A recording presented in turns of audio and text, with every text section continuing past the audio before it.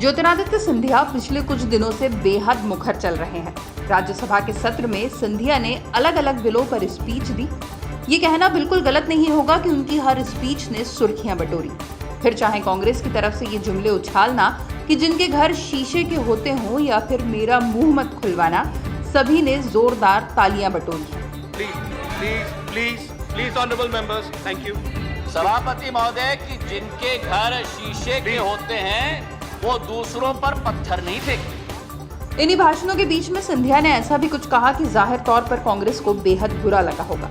इन भाषणों में सिंधिया ने कांग्रेस के असंतुष्ट नेताओं को भी याद किया, जो इन दिनों G23 के नाम से मशहूर है, जिसमें कांग्रेस के कई आला नेता शुमार हैं। सिंधिया ने उनके नाम पर कांग्रेस पर बड़ा तंज भी कसा। पूरा खर्चा किया गया, फिस्कल डेफिसिट 9.5% तक भी बढ़ पाए, लेकिन पूरा खर्चा किया गया ताकि मांग बढ़ पाए, अर्थव्यवस्था ठीक हो पाए। सिंधिया ने उनके नाम पर कांग्रेस पर बड़ा तंज भी कसा। अब मेरे कांग्रेस के साथी कहते हैं कि केवल बजट केवल अमीरों के लिए। अब जिस कांग्रेस पार्टी अपनी G23 की पीड़ा ना समझ पाए, वो देश के गरीबों की पीड़ा क्या समझ पाएगी। सभापति। इसके बाद राजनीतिक हलकों में यही बात गूंज रही है कि ये तंज कसकर सिंधिया ने कांग्रेस की दुखती रग पर हाथ रख दिया है। ज्योतिरादित्य सिंधिया को पार्टी बदले 1 साल से ज्यादा का वक्त बीत चुका है, पर कांग्रेस और कांग्रेसी सिंधिया को भुला नहीं सके हैं। सिंधिया किसी रैली में हो या सदन में, कांग्रेस की निगाहें उन पर टिकी हुई ही लगती हैं। हाल ही में जब राज्यसभा में सिंधिया का भाषण था, तब भी कांग्रेस उन्हें याद दिलाती रही कि वे भी पहले आज के विपक्ष का ही हिस्सा थे। सिंधिया ने उस समय भी चुटकी ली और आगे बढ़ गए। कुछ दिन हुए जब कांग्रेस नेता दिग्विजय सिंह ने उन्हें वाह महाराज वाह कहकर आशीर्वाद दिया था।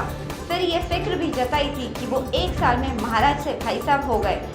कांग्रेसी नेताओं से पहले खुद राहुल गांधी सिंधिया को याद कर कह चुके हैं। भारतीय जनता युवा मोर्चा के कार्यक्रम में राहुल गांधी ने कहा था कि सिंधिया कांग्रेस में होते तो सीएम हो सकते थे।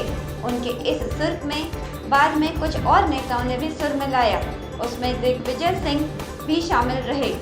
बात दोहराई कि सिंधिया कांग्रेस में होते तो सीएम हो सकते थे। हालांकि राहुल गांधी की बात के जवाब में सिंधिया ने कहा था कि ये बात उन्होंने तब क्यों नहीं कही जब वो कांग्रेस में ही थे। इस सवाल का जवाब सिंधिया को अब तक नहीं मिल सका है। सिंधिया को सीएम बनाने का दावा करने के बाद राहुल गांधी ने उनके आगे कभी जिक्र नहीं किया। राहुल गांधी ने ये जवाब ही नहीं दिया कि उन्होंने सिंधिया को कांग्रेस में रहते ही ये ऑफर क्यों नहीं दिया था। गाहे बगाहे सिंधिया के हितैष ये सवाल उठा ही लेते हैं कि राहुल गांधी कब सिंधिया के सवाल का जवाब देंगे।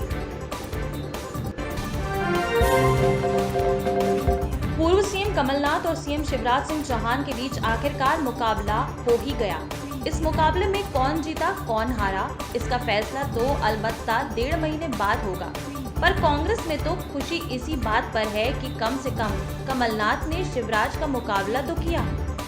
कुछ दिन पहले खबर आई थी कि कमलनाथ 5 राज्यों के विधानसभा चुनाव के लिए स्टार प्रचारक बनाए गए हैं। उसके कुछ ही दिन बाद ये खबर आई कि कमलनाथ पश्चिम बंगाल के स्टार प्रचारकों की लिस्ट से बाहर हो गए हैं। वजह बताई गई दमोह उपचुनाव, जहां कांग्रेस को ज्यादा ताकत लगानी है। इसके बाद पश्चिम बंगाल में शिवराज सिंह चौहान के दौरे हुए, पर कमलनाथ वहां नहीं गए, जबकि पश्चिम बंगाल उनका अपना प्रदेश है। ये अटकलें भी लगाई गई कि कमलनाथ शिवराज का मुकाबला करने से डर रहे हैं। वैसे भी पश्चिम बंगाल में कांग्रेस के आला नेताओं ने कोई खास ताकत नहीं झोंकी है। ऐसे में कमलनाथ ये भी नहीं चाहते कि वहां अगर हार हो जाए तो उसका ठीकरा भी उन्हीं के सिर फोड़ा जाए। पर जब बात असम की आई तो कमलनाथ जरा भी नहीं झिझके। असम में भी सीएम शिवराज की रैलियों और सभाएं हो चुकी हैं। उसके कुछ समय बाद ही कमलनाथ भी असम पहुंचे और कांग्रेस के लिए जमकर प्रचार किया।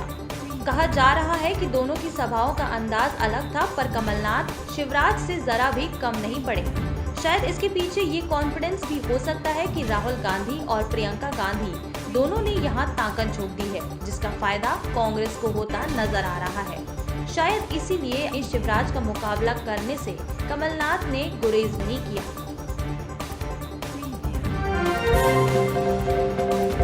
दमोह उपचुनाव से पहले बीजेपी ऐसा बड़ा दांव खेला कि जयंत मलैया चाहे या न चाहे पार्टी का साथ निभाना उनकी मजबूरी बन गया है। पहले खबरें थी कि दमोह से सालों साल विधायक रहे जयंत मलैया उपचुनाव में अपनी ही पार्टी के लिए मुश्किलें खड़ी कर सकते हैं। इसी बीच मलैया के बेटे सिद्धार्थ मलैया अचानक एक्टिव हुए। हालांकि चुनाव थे नहीं, पर सिद्धार्थ ने नेतागिरी में कोई कसर नहीं छोड़ी, जिसे देखते हुए ये अंदेशा भी था कि शायद सिद्धार्थ मलैया उपचुनाव में बीजेपी के लिए मुश्किल बन सकते हैं। और बीजेपी ने ऐसी चाल चली कि जूनियर मलैया की नेतागिरी धरी की धरी रह गई।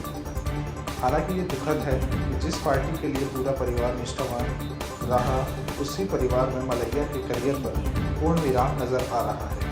बीजेपी ने काम ही ऐसा किया है कि चाह कर भी मलैया दोबारा नेतागिरी नहीं कर पा रहे। सिद्धार्थ मलैया ने दमोह में देवेंद्र चौरसिया केस के पीड़ितों की आवाज़ उठानी शुरू की थी, प्रेस कॉन्फ्रेंस कर और रैलियां भी की।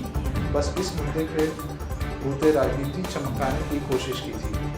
चुनाव में मलैया का इसका फायदा उठा पाते उससे पहले ही देवेंद्र चौरसिया केस पर सुप्रीम कोर्ट सख्त हो गया। इसके मुख्य आरोपी रामबाई के पति गोविंद सिंह परिहार पर शिकंजा कस गया। अब मामला सबसे बड़ी अदालत का है, तो चाहते हुए भी मलैया कुछ नहीं कर सकते।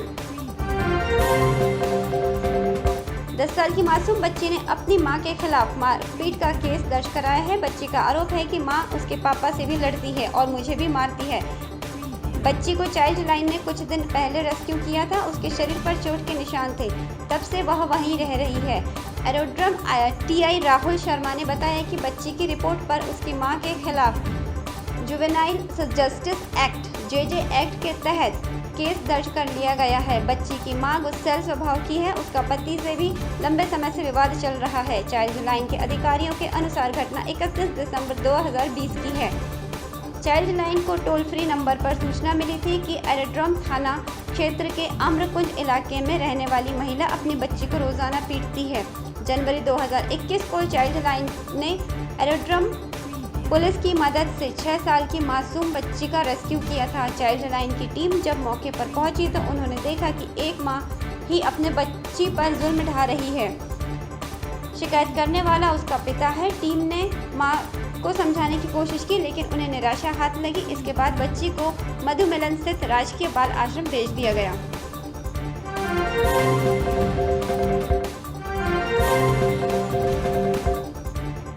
मध्य प्रदेश में कोरोना संक्रमण की रफ्तार 7 दिनों में दोगुनी हो गई है। प्रदेश में पिछले 24 घंटे में 1712 नए संक्रमित मिले हैं। इसको देखते हुए सरकार ने आने वाले रविवार से बैतूल, छिंदवाड़ा, रतलाम और खरगोन में संडे को लॉकडाउन का फैसला किया है। इंदौर, भोपाल और जबलपुर में पिछले रविवार से ही इसे लागू किया जा चुका है। अब प्रदेश के 7 शहरों में शनिवार रात 10 बजे से सोमवार सुबह 6 बजे तक 32 घंटों का लॉकडाउन रहेगा। जिन 13 जिलों में रोजाना 20 से ज़्यादा कोरोना मरीज मिल रहे हैं, वहां के लिए नई पाबंदियां लगा दी गई हैं।